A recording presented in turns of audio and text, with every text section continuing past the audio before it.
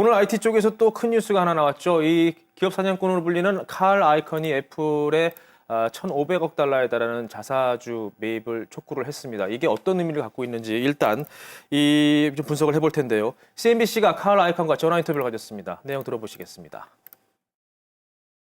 We just think it's very undervalued, and we would like to see a buyback. Simple as that. I mean, the numbers are tremendously compelling, so we look at this as a no-brainer. Well, I think it's pretty compelling even at 550 or even 570. I think if you do the numbers at 525, if you spent 150 billion, we think earnings go up 33% just by buying the stock back. Obviously, I just haven't done the numbers at 550 or 575, but they would be quite compelling too. And I think Apple is a very compelling story. It has a great deal of potential. But the obvious thing would be for the company to use its 150 billion to buy the stock back.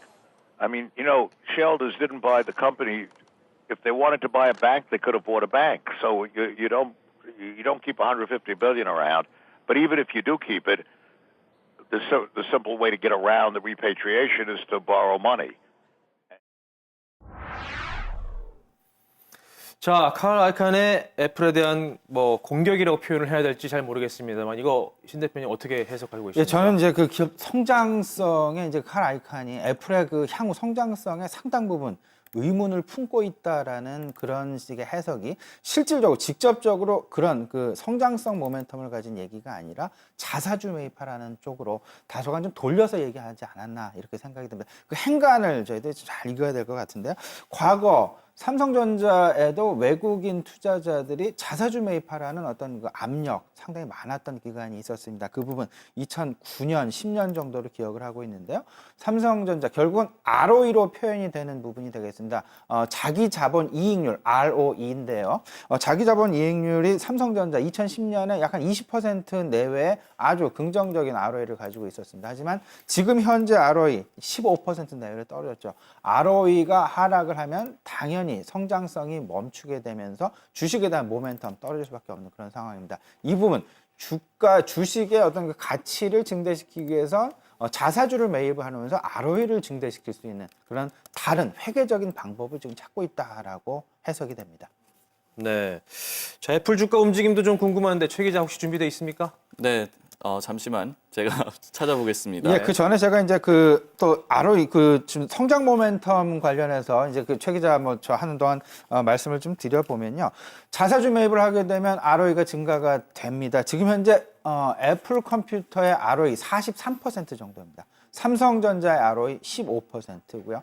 43% ROE를 가지고 있는 세계 시총 300조 원이 넘는 시총 한 500조 원이 넘는 시총을 갖고 있는 회사가 사실상 ROE 43% 계속 유지하기란 사실상 상당히 어려울 수밖에 없는 부분이 아닐까 생각이 되는데 그 ROE의 40% 이상의 ROE를 지키기 위해서는 자사주 매입이 어찌 보면 주주 입장에서는 너무나 당연한 요구이기도 하고 그 부분이 어떤 그 방법적인 해결책이기도 하지 않을까 이런 생각에서 칼 아이컨은 분명히 이런 어떤 그 푸시를 하지 않았나 이렇게 생각이 됩니다. 지금 보면요, 이게 핌코의 빌 그로스 최고 투자 책임자 같은 경우에는 칼 아이컨에 직격탄을 날렸습니다. 애플 좀 그만 괴롭혀라라고 지금 표현을 했다고 하는데요.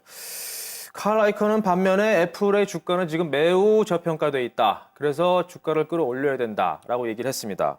일단 최 기자가 준비된 것 같으니까 먼저 그것부터 확인하죠. 애플의 오늘 주가가 그렇게 크게 뛰지는 않았습니다. 장 중에는요, 지금 보시면 6달러 98센트, 1.3% 정도 뛰어 올랐는데 시간의 거래에서도 지금 0.3% 정도 조금밖에 지금 상승을 하지 않고 있습니다. 신 대표께서 말씀하셨듯이 이 같은 자사주 매입을 촉구하는 것이 그만큼 성장성이 떨어진다고 해석할 수도 있고요. 아니면 칼 아이컨이 이렇게 자사주 매입을 종용한 것이 예전부터 지금 오래된 일이기 때문에 그 모멘텀이 전과는 다르다 이렇게도 해석할 수가 있겠습니다. 일단은 신 대표께서 말씀을 하셨듯이 이 성장성이 떨어지기 때문에 자사주 매입을 종용했다. 그렇다면 아이칸이 애플이 상당히 잠재력이 높다 이렇게 평가한 것은 어떻게 보면 조금 현혹시키기 위한 그런 전략의 하나지 않을까 이런 생각도 해보는데요. 그렇다면 이 자사주 매입을 통해서 주가를 끌어올리고 이것을 통해서 실적을 증대시킬 수 있다고 얘기를 했습니다. 그럼 이 부분도 전혀 뭐 타당성이 없다고 보십니까? 그 부분은 조금 좀 어폐가 있는 것 같습니다. 그 자사주 매입을 통해서 어떤 그 주가를 끌어올리고 주가를 끌어올린다고 해서 과연 그 돈 자체가 그 상승된 주가가 그 회사 애플 컴퓨터 회사 자체로 들어가는 것은 절대 아니다라는 것이죠. 애플 유상증자를 하게 된다면 좀 할증 발행을 해서 유상증자를 하게 된다면 애플 컴퓨터로 돈이 상당 부분 들어갈 가능성은 매우 높습니다. 하지만 이분 아니라 이분 주주간에 시장 내에서만 매매가 되는 가격이다라는 것. 애플 컴퓨터의 어떤 그 자산의 증가하고는 전혀 상관이 없다라고 보셔야 되겠습니다. 네.